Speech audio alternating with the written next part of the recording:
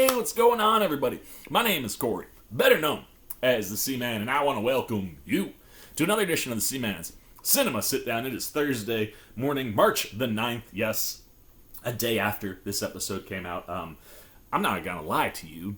Editing my reactions to last week kept me from editing my reactions to The Last of Us this week, which I got all of that editing. I worked hard yesterday to get all of that done and up for you guys, so I could only be a day behind, at least on the non-spoiler side with this show.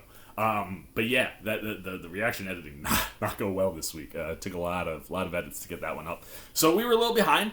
We're on Thursday again. We got one more Sunday with The Last of Us, and then Wednesdays I think we can really kick in and focus on this correctly. But until then, I'm about a day and a half, a couple days off. But nevertheless, I'm really stoked to talk about this episode of television with you, because I loved episode 1, but I heard there were some people out there that didn't like episode 1 so much. Well, if you didn't like episode 1, I hope you loved episode 2, because this one was a banger. What am I talking about? Why don't you pull up a chair, take a seat? We are getting ready to dive in spoiler-free into The Mandalorian, Season 3, Episode 2, Chapter 18, The Mines of Mandalore. And as always, every week, my boy Grogu is with us. And I tell you, man, Grogu has a fun episode this episode. This is a cool one. Definitely a step up from last week, where it's I felt like last week kind of eased us into The Mandalorian. This one got us off and going pretty quick. There's gonna be, I think some ups and downs in this episode for people, and that's just simply because Amy Sedaris is here. Mando needs a part. Where does Mando go to get parts? He goes to Tatooine to see Peli. So we do get to spend a little time with Peli.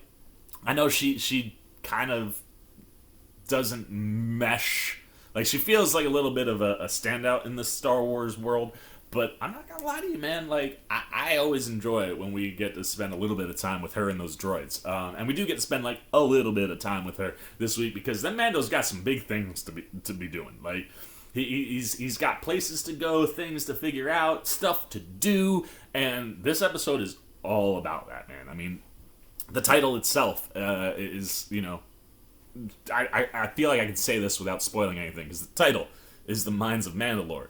So, shocker, that's where we go this week. This week we are in Mandalore, and we're finding out about the planet, what's going on, since the purge. Where are we? Can we come onto this planet? What's still here? What's lurking out there? And are there things that, could be good or bad? There's a lot of mystery coming into Mandalore, and I think the episode kind of plays it that way. You're kind of going through, it's one of these, watching Pedro in The Last of Us. Mandalore is kind of post-apocalyptic looking, and while it hasn't been centuries, very much like Last of Us hasn't been centuries, it looks it's been centuries, and it's got this post-apocalyptic vibe where I was like, I wonder if Pedro was getting Last of Us flashbacks, for Star Wars. But yeah, I mean, this is very centered around Mandalore. Spoilers, Bo-Katan makes another appearance this episode, and how we get to her and how she gets involved and what happens with her is pretty freaking dope. This is an episode that once Bo is reintroduced, the way that she kind of enters the story and things that she does mirror things that we see Mando do with Grogu, and it creates a really interesting kind of dual perspective look, where you see how Mando is seeing the world, and you see how Bo is seeing the world, and specifically how both of them are seeing Mandalore. And it's interesting to watch how those conversations or different things that happen in this episode impact both Din and Bo. And I really love the performances that we get every week. I love me some Pedro. I mean, it's, the combination of him and the stunt doubles for the body work, but the voice work is masterful. And you feel everything that he's doing, the hesitation, the way he interacts with the kid this week. We get, he teaches him some more stuff, which is really cool. And I love everything that Pedro brings to this role on a week in, week out basis, even if we're not seeing his face. And Katie Sackhoff, I live to see this woman do Bo-Katan things. And this is probably my favorite entry of Bo-Katan into the show. There's some really cool stuff for her. And there's some really cool stuff, what I like for all three of our characters, man. Grogu's got some cool stuff in this episode, too. And I love seeing how his character is growing and evolving inside of this world and the story. And how we utilize each of these three characters in this episode. Like, it was the type of stuff for me where I'm like, I can't wait for more. And I hope we get more Bo-Katan. I hope the episode picks up where we left off. With a little bit of a cliffhanger, you could say. It's not like your traditional cliffhanger, but like there's some things and there's some questions that we have. And as soon as those start to kind of hit our brain, the episode ends. But, just watching what Katie Sackhoff is doing with Bo-Katan and what's happening to Bo-Katan, from a story standpoint. There's some cool stuff and some really quality acting, I think, from Sackhoff, specifically with just like how she is observing things. Very similarly to the way that Grogu is observing things. I think Grogu observes stuff in some fun, interesting ways this week where he's taking in a lot. And it's kind of, like I said, it's fun to see how they're evolving his character and knowing that he has spent time with Luke and that he is force sensitive and he has a little bit of control on it, right? Like he can push himself in that chair and he can do like I'll give me a piece of candy.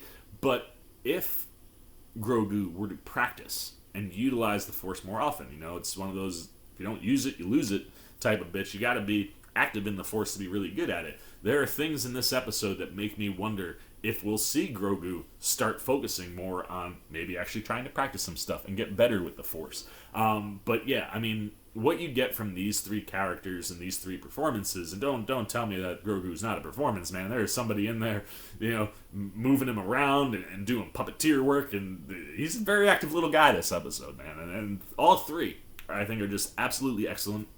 Like I said, I love what we get in Mandalore. The set design and production design is off the charts. And I know that we use that huge LED screen to get a lot of the things that you just can digitally put in the background. But there are lots of physical things that, the characters can interact with in sets that they did build. And I mean, the look and vibe of this episode is freaking stellar. And yeah, I love the show, and it doesn't matter who's behind the camera when Favs is writing. Like this week we get Rachel Morrison. And don't get me wrong, people like Bryce Dallas Howard, she's had two of the best episodes in this show. Rick Famuyiwa is another person who I think is really strong behind the camera. Same with Deborah Chow. There are people that certainly pop behind the camera, but you can bring in other people that you might be less familiar with. I don't know a ton from Rachel Morrison, but man, did she kick ass this episode. What she builds and how they move and how you're going through this world. Mandalorian is one of these where pacing is very, very important, right? Because it's a world that feels like it should be action heavy and we can always be having these big set pieces and crazy things going on. But in reality, it is a character piece, And it's one of these where, yeah, you're always going to get a little pop here and there. But how you kind of move through this world and stuff, Favs just lays it out in a way where I think he sets up all of his directors to succeed. I think Rachel Morrison does a wonderful job with this episode. I mean, I really liked how she captured Mandalore and how specifically she captures the back end of the episode. The stuff that's going on at the end, I really dug it. And you can feel the emotions just through the body language. And the things that she does with Grogu this week are a lot of fun. But what Favs puts on the paper, I think, is really the thing that's hyping this season up, man, and getting you to a place where you're like, yo, this is what I'm here for, man. I miss being in this world, and how Favs is building this world in this season already through 2 episodes. I'm loving it, man. I'm loving it. I can't wait. I feel like this week leaves us in a place where it's I can't wait to get to next week. And like I said, Ludwig's score is just always kicking. I love how that combination, right, of visually how we're moving through an episode and audibly how the score drives us places. This is just a big W episode for me. So let's get the Sea Maniacs up, man. Last week was a 3 for me. I really dug last week, but you could tell, while it was a nice ease in, there was definitely plenty of room for improvement and places for this episode to elevate, or the show to elevate as you move forward. And this episode didn't waste any time in doing that. I think the material and how we're starting to see things build out potentially for this season and what that could mean for Din and Bo-Katan and Grogu are all things that I'm really digging. Visually, I love the apocalyptic look of Mandalore, and there's a lot of cool visual surprises in this episode that I really dug. So I'm going 4 out of 5, man. I loved me some Mandalorian, episode 2, season 3, chapter 18, The Mines of Mandalore. I had a good time, man. Like I said, the performances are great. What you're getting from a script for what the characters are doing, and even what's going on at Mandalore, really, really strong. Visually, production design, scoring, everything you're looking for is here. And, you know, it's one of those where I don't, like, I go 4 because I feel like we gonna get even better this season. Like, there are bigger heights to reach, but I think we're off to a really, really strong start, and I love that I'm back wearing my Mando gear, chilling with my boy Grogu, watching this show every week with you guys. So there you go, man. I'm gonna shut up. 4 out of 5 C-Maniacs this week for The Mandalorian. Now I turn it over to you guys. What y'all thinking? Keep it spoiler-free, but if you're a big Star Wars fan, what was poppin'? Did this episode do better or worse things for you than last episode? Is this an episode that gets you excited? If you're not a big Star Wars person, but you love you some Mandalorian, where's this one hitting for you? Do you really feel like it's engaging and pulling you into this story more? Is this something that makes you go, maybe I should check out some Clone Wars or Rebels cartoon shows? Like, where does Mando fall in your world, and how does it influence what you do inside of the Star Wars world if you're not a diehard fan? And what is it that works, man? What do you think of Pedro, Grogu, Katie Sackhoff, who's fantastic this episode? You got friggin' Amy Sedaris popping up. This, again, is one of these episodes that kind of lays out a lot of things that are very familiar in this world to us and utilizes them in ways that I thoroughly enjoyed. I hope you did too, and I want to know. So anything you got, good, bad, indifferent, on The Mandalorian, Season 3, Episode 2, Chapter 18, The Mines of Mandalore. Put it down below in the comment section. I look forward to talking to you down there. As always, if you enjoyed this video, please give me a thumbs up. And if you're new, you want to come hang out with C-Man anytime we're talking movies, TV, trailer, reactions. You want to be here for our week-by-week, non-spoiler discussions. And, of course, reactions and spoiler reviews come out in the preceding days. Hopefully, once The Last of Us is over, this will be a more routine where we get everything up by Wednesday, Thursday, rather than watching things on Thursday. But you want to be here for that. You want to show a little love and support. You want to be here for The Last of Us. Maybe you're a big fan. You didn't know that I was reacting to those. We've been having fun on that side of the world. And if you want to venture over there and show a little love and support, well, hey, come join C-Maniac Nation. It's super easy. Just jump over there. Hit that subscribe button. Hit that little bell if you want those alerts. And until next time for the C-Man Cinema Sit-Down. I've been the C-Man. I'm signing off. Peace. Oh, you guys are still here. You snuck up on me. You must be looking for more of this guy. Well, I got 2 video options for you, man. Right up here and right over here. And if you want all those C-Man goodies, well, hey, come join the squad right on over there, and I'll catch you on the next one.